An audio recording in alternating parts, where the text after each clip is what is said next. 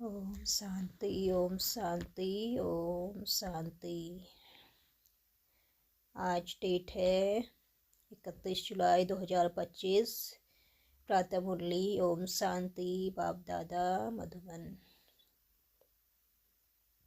बाबा के मीठे मधुर महावाक्य हैं। मीठे बच्चे, तुम सवेरे सवेरे उठकर बहुत प्यार से कहो बाबा गुड मॉर्निंग। इस याद से ही तुम सतु प्रधान बन जाएंगे। प्रश्न है, एक्यूरेट याद द्वारा बाप की करंट लेने के लिए मुख्य किन गुणों की आवश्यकता है? उत्तर है, बहुत धैर्यवत हो, समझ और गंभीरता से अपने को आत्मा समझ याद करने से ही बाप की करंट मिलेगी और आत्मा सतो प्रधान बनती जाएगी। तुम्हें अभी बाप की याद सतानी चाहिए क्योंकि बाप से बहुत भारी वर्षा मिलता है। तुम कांटों से फूल बनते हो, सब दैवी गुण आ जाते हैं। ओम शांति। बाप कहते हैं, मीठे बच्चे ततत्वम, अर्थात तुम आत्माएं भी शांत स्वरूप हो। तुम सर्व आत्माओं का स्वधर्म है ही शांति। शांति धाम से फिर यहाँ आकर टौकी बनते हो। यह कर्मेंद्रियां तुमको मिलती हैं पाठ बजाने के लिए। आत्मा छोटी बड़ी नहीं होती है, शरीर छोटा बड़ा होता है। बाप कहते हैं, मैं तो शरीरधारी नहीं हूँ, मुझे बच्चों से सम्मुख मिलने आना होता है। समझो जैसे बाप है, उनसे बच्चे पैदा होते हैं तो वह बच्चा ऐसे नहीं कहेगा कि मैं परम धाम से आकर जन्म ले मात पिता से मिलने आया हूँ। भल कोई नई आत्मा आती है किसके भी शरीर में, वह कोई पुरानी आत्मा किसके शरीर में प्रवेश करती है तो ऐसे नहीं कहेंगे कि माता पिता से मिलने आया हूँ। उनको ऑटोमेटिकली माता पिता मिल जाते हैं। यहाँ यह है नई बात। बाप कहते हैं, मैं परम धाम से आकर तुम बच्चों के सम्मुख हुआ हूँ, तुम्हें नॉलेज देता हूँ क्योंकि मैं हूँ नॉलेजफुल, ज्ञान का सागर। मैं आता हूँ तुम बच्चों को पढ़ाने, राजयोग सिखाने। तुम बच्चे अभी संगम पर हो, फिर जाना है अपने घर, इसलिए पावन तो जरूर बनना है। अंदर में बहुत खुशी होनी चाहिए। ओहो, बेहद का बाप कहते हैं, मीठे मीठे बच्चों मुझे याद करो तो तुम सतो प्रधान विश्व का मालिक बनेंगे। बाप बच्चों को कितना प्यार करते हैं। ऐसे नहीं कि सिर्फ टीचर के रूप में पढ़ाकर घर चले जाते हैं। यह तो बाप भी है, टीचर भी है। तुमको पढ़ाते हैं, याद की यात्रा भी सिखलाते हैं। तो विश्व का मालिक बनाने वाले, पतित से पावन बनाने वाले बाप के साथ बहुत लव होना चाहिए। सवेरे सवेरे उठकर पहले पहले शिव बाबा से गुड मॉर्निंग करना चाहिए। बच्चों को अपने दिल से पूछना है कि हम सवेरे उठकर कितना बेहद के बाप को याद करते हैं। सवेरे उठ बाप से गुड मॉर्निंग करें, ज्ञान के चिंतन में रहें तो खुशी का पारा चढ़ा रहे। मुख्य है ही याद, इससे भविष्य के लिए बहुत भारी कमाई होती है। कल्प कल्पांतर यह कमाई काम आएगी। तुम्हें बड़ा धैर्यवत बन गंभीरता और समझ से याद करना है। तो बाबा कहते हैं, तुम्हें बड़ा धैर्यवत बन गंभीरता और समझ से याद करना है। तो हमें गंभीर होना है और हमें अच्छी रीति समझ कर फिर बाबा को याद करना है। मोटे हिसाब में तो भल कह देते हैं कि हम बाबा को बहुत याद करते हैं, परंतु एक्यूरेट याद करने में मेहनत है। तो सदा स्वयं की आत्मिक स्थिति में स्थित रहे, आत्मिक स्मृति में रहे, बाबा को याद करना है। जो बाप को जास्ती याद करते हैं उनको करंट जास्ती मिलती है क्योंकि याद से याद मिलती है। योग और ज्ञान दो चीज़ें हैं। योग की बहुत भारी सब्जेक्ट है। योग से ही आत्मा सतो प्रधान बनती है। याद बिना सतो प्रधान होना असंभव है। अच्छी रीति प्यार से बाप को याद करेंगे तो ऑटोमेटिकली करंट मिलेगी, हेल्दी बन जाएंगे। करंट से आयु भी बढ़ती है। बच्चे याद करते हैं तो बाबा भी सर्च लाइट देते हैं। मीठे बच्चों को यह पक्का याद रखना है, शिव बाबा हमको पढ़ाते हैं। शिव बाबा पतित पावन भी है, सदगति दाता भी है। सदगति माना स्वर्ग की राजाई देते हैं। बाबा कितना मीठा है, कितना प्यार से बच्चों को बैठ पढ़ाते हैं। बाप दादा द्वारा हमको पढ़ाते हैं। बाबा बच्चों को कितना प्यार करते हैं, कोई तकलीफ नहीं देते। तो बाबा दादा यानी ब्रह्मा बाबा द्वारा हमको पढ़ाते हैं। बाबा कहते हैं सिर्फ यही कहते हैं, मुझे याद करो और चक्र को याद करो। बाप की याद में दिल एकदम ठहर जानी चाहिए।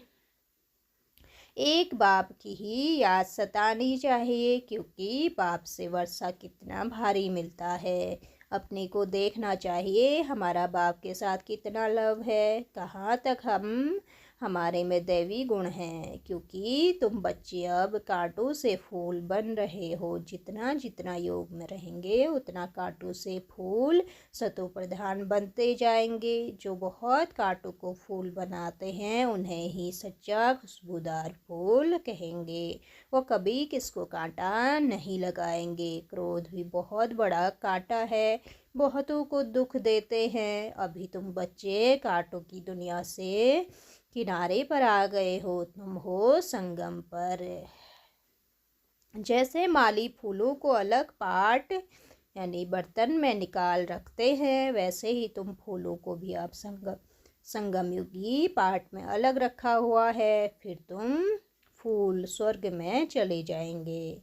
कलयुगी कांटे भस्म हो जाएंगे। बाप कहते हैं मीठे बच्चे, जितना तुम बहुतों का कल्याण करेंगे उतना ही तुमको उजूरा मिलेगा। बहुतों को रास्ता बताएंगे तो बहुतों की आशीर्वाद मिलेगी।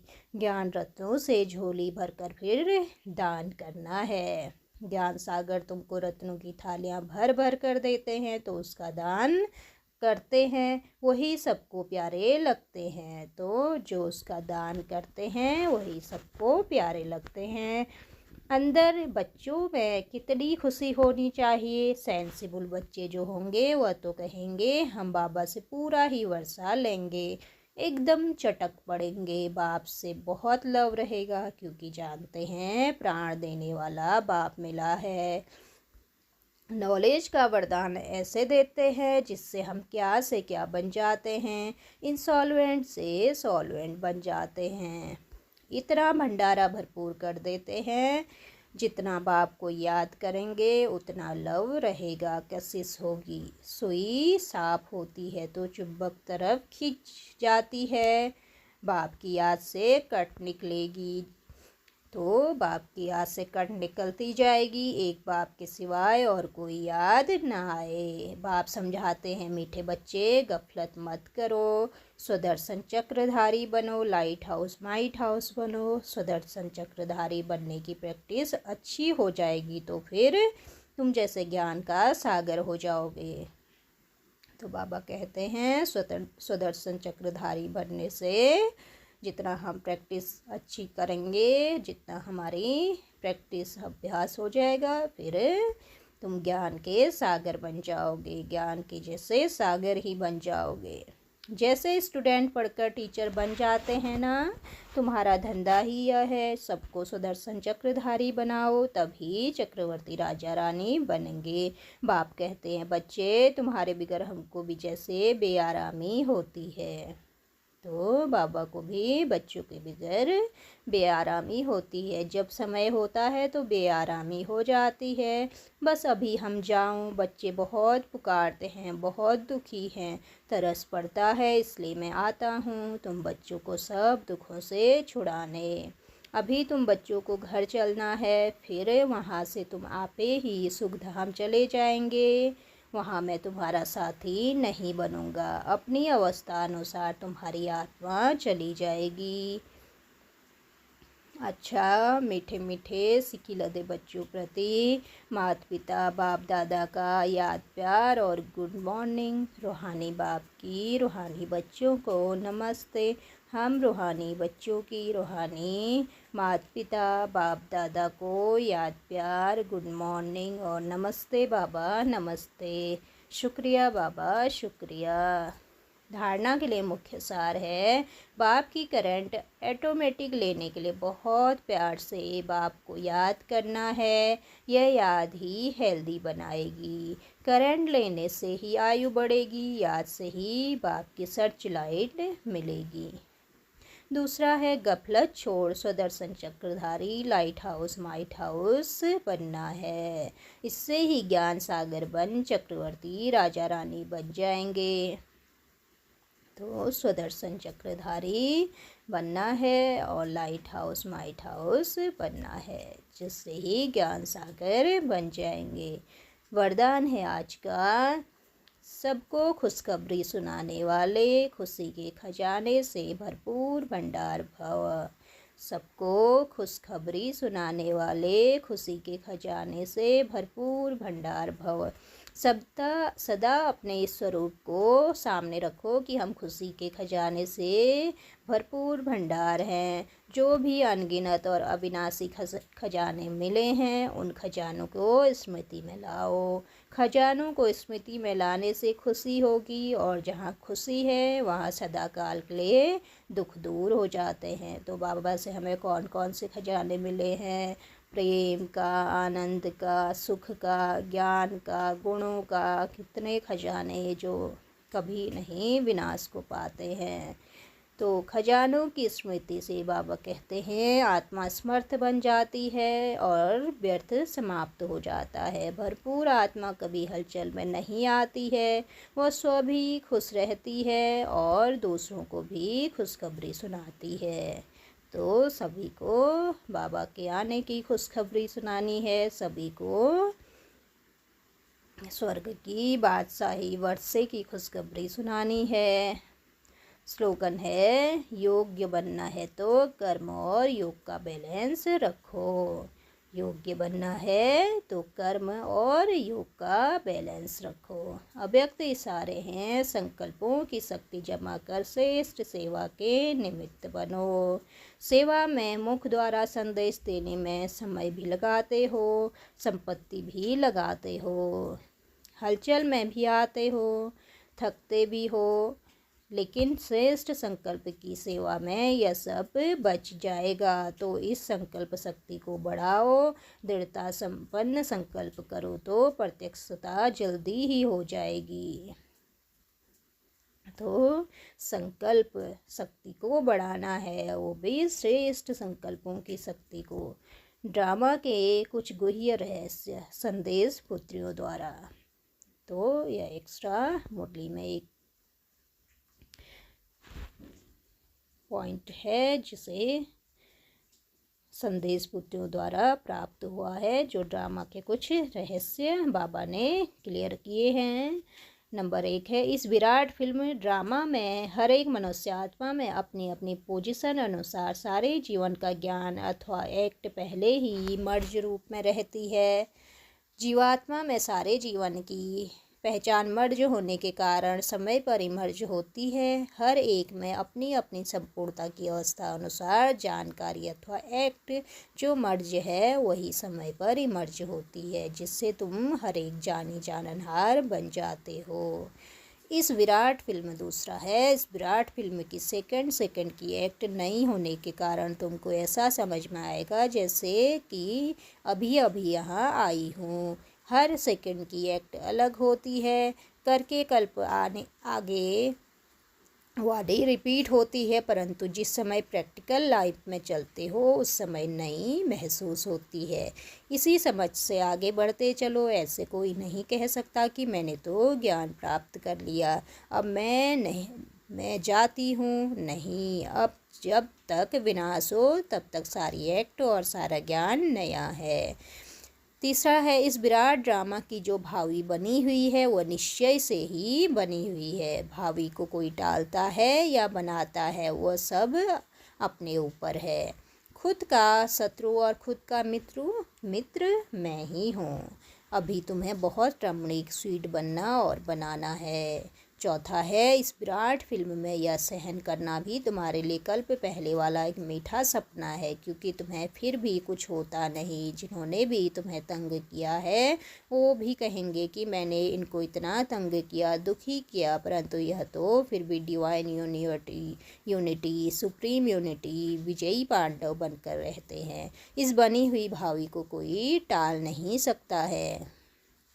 पांचवा है, इस विराट फिल्म में देखो कैसा वंडर है, जो तुम प्रत्यक्ष पांडव भी आए पधारे हो और तुम्हारे पुराने चित्र और निशानियां भी अब तक कायम है। जैसे पुराने कागज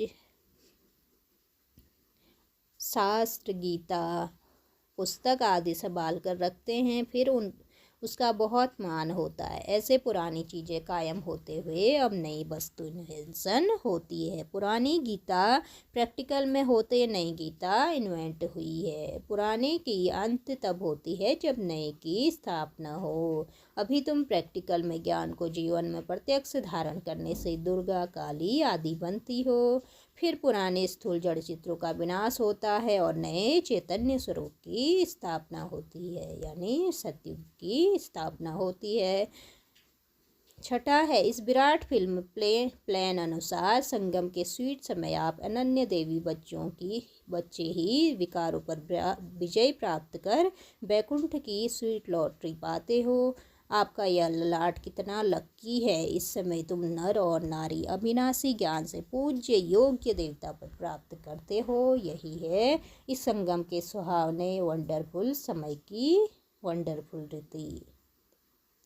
सातवां है, ईश्वर साक्षी हो देख रहा है कि मैंने जिन एक्टर्स को अनेक गहनों आभूषणों से श्रृंगार कर इस सृष्टि रूपी स्टेज पर डांस करने अर्थ भेजा था, वो कैसे एक्ट कर रहे हैं। मैंने अपने दैवी बच्चों को गोल्डन मनी, सिल्वर मनी देकर कहा था कि यह भूषण या गहने पहनकर खुशमिजाज होकर साक्षी बन एक्ट भी करना है और साक्षी हो इस खेल को भी देखना है। फंसना नहीं, लेकिन आधा कल्प राज्य भाग भोग कर फिर आधा कल्प अपनी ही रची हुई माया में फंस गए। अब फिर मैं तुम्हें कहता हूँ, इस माया को छोड़ दो। इस ज्ञान मार्ग में विकारी कार्य से पलट निर्विकारी बनने की से आदि मध्यांत दुख से छूट जन्म जन्मांतर के लिए सुख प्राप्त कर लेंगे।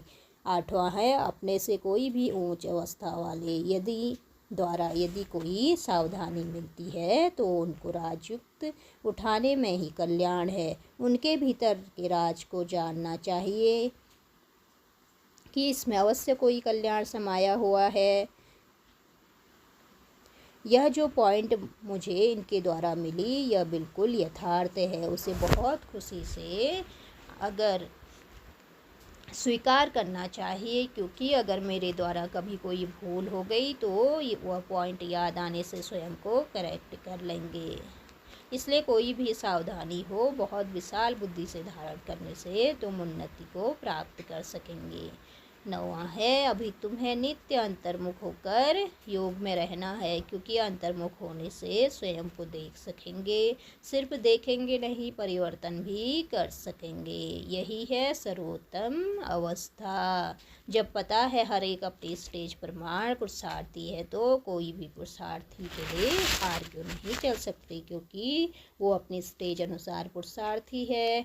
उनकी स्टेज को देख उनसे गुण उठाओ, अगर गुण नहीं उठा सकते तो उसे छोड़ दो। 10वां है, तुम सदा अपने सर्वोत्तम लक्ष्य को सामने देख अपने को ही देखो। तुम हर एक व्यक्तिगत पुरुषार्थी हो, तुम अपनी तरफ नजर रख आगे दौड़ते रहो। कोई भल क्या भी करता रहे, परंतु मैं अपने स्वरूप में स्थित रहूं, अन्य किसी को न देखूं। तो बाबा कहते हैं अपने लक्ष्य को सामने रखो, जो ऊंच से ऊंच लक्ष्य मिला है, और स्वयं को देखो, सामने वाले को नहीं। अपने बुद्धि योग बल से मैं उसकी अवस्था को जान लूं। तो बाबा कहते हैं अंतर्मुक्ता की अवस्था से ही तुम अनेक परीक्षाओं से पास हो सकते हो। अच्छा, ओम शांति। शुक्रिया बाबा, शुक्रिया। ओम शांति।